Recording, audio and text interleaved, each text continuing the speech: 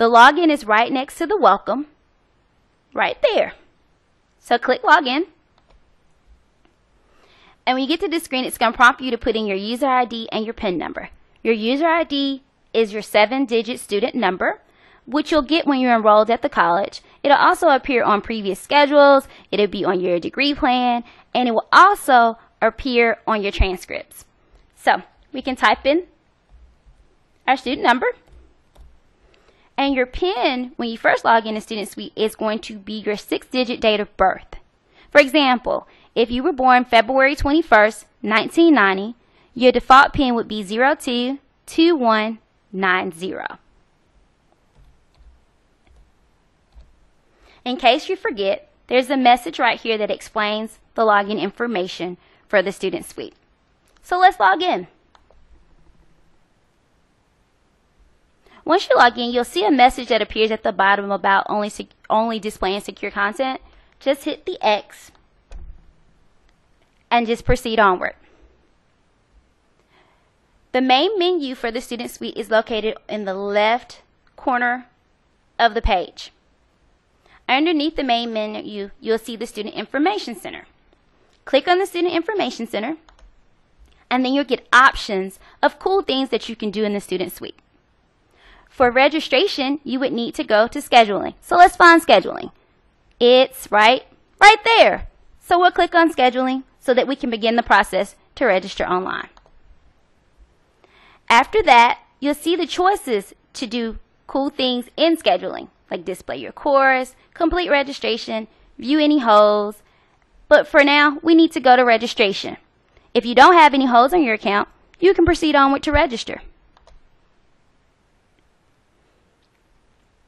The first screen you're going to see when you hit the registration tab is the information, your information, demographic information that you gave when you're enrolled at the college. Make sure that it's correct. If you've changed addresses or moved, or if you've changed phone numbers, make sure you update all of this information before you proceed on to continue to register. Now, we're on the registration screen. Make sure that you're in the correct term, which the term that we're looking for is already on there. It's fall 2012, 2013. And then you're going to get to the point where you're going to select a course. Now, before you begin selecting courses, make sure that you've either talked to your advisor or that you've reviewed your degree plan so that you can make sure that you're taking the correct courses for your course of study.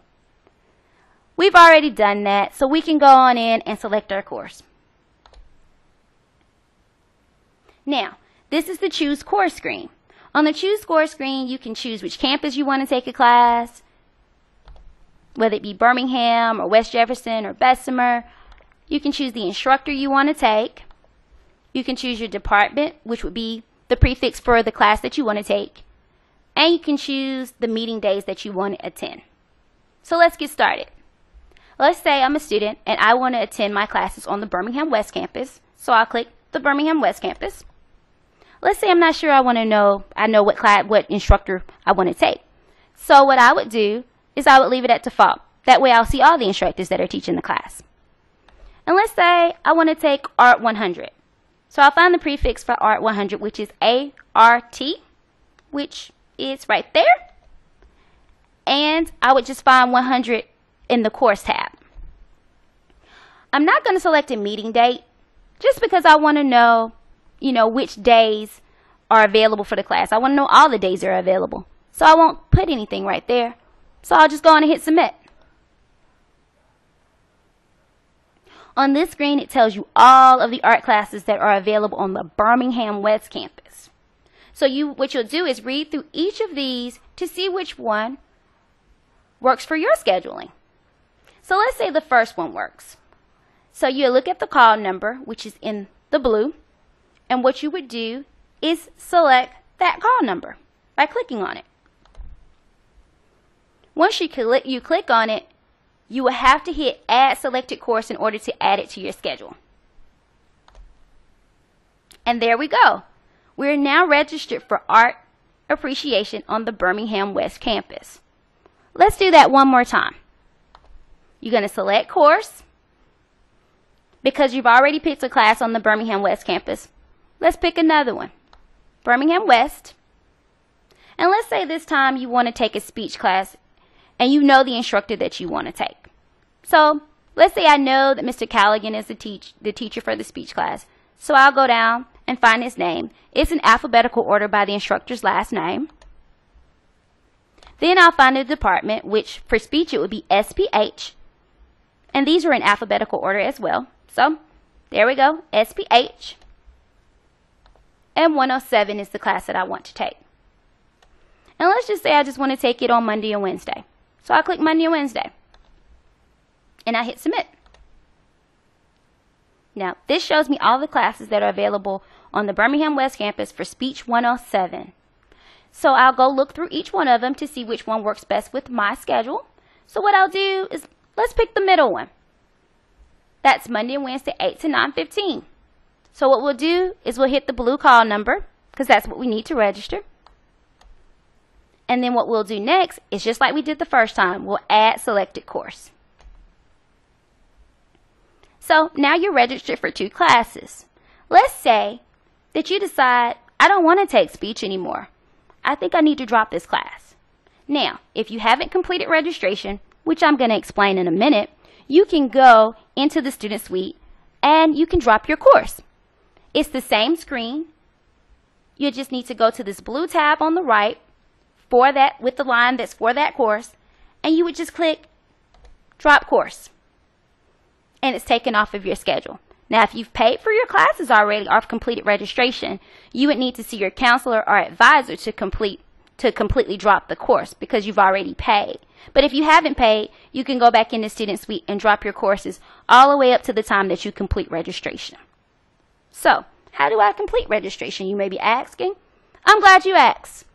What you do is go back over to the scheduling tab, just like you did to find the registration tab, and you'll see the tab that says complete registration.